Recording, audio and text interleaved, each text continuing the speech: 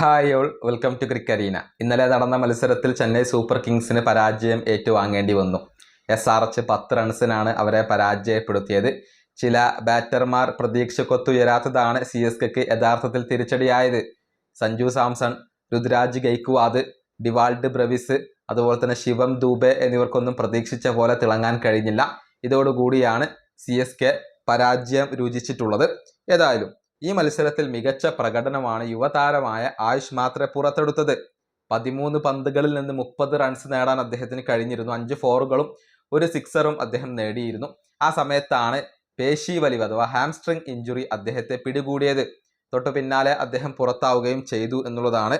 ഇപ്പോൾ അതേക്കുറിച്ചുള്ള ഒരു അപ്ഡേറ്റ് CSKയുടെ പരിശീലകനായ ഹസി നൽകിയിട്ടുണ്ട്.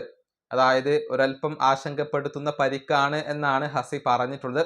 സ്കാനിങ്ങിന് ശേഷം മാത്രമാണ് വ്യക്തമായ വിവരം ലഭിക്കുകയുള്ളൂ എന്ന് കൂടി പരിശീലകൻ പറഞ്ഞിട്ടുണ്ട്. അദ്ദേഹത്തിന്റെ വാക്കുകൾ ഇങ്ങനെയാണ്: ആയുഷ് മാത്രയ്ക്ക് ഇപ്പോൾ ഹാംസ്ട്രിങ് ടിയർ അഥവാ പേശി വലിവ് സംഭവിച്ചിട്ടുണ്ട്. അത് എത്രത്തോളം ഗുരുതരമാണെന്ന് എനിക്കറിയില്ല. ഞങ്ങൾ അത് സ്കാൻ ചെയ്യും.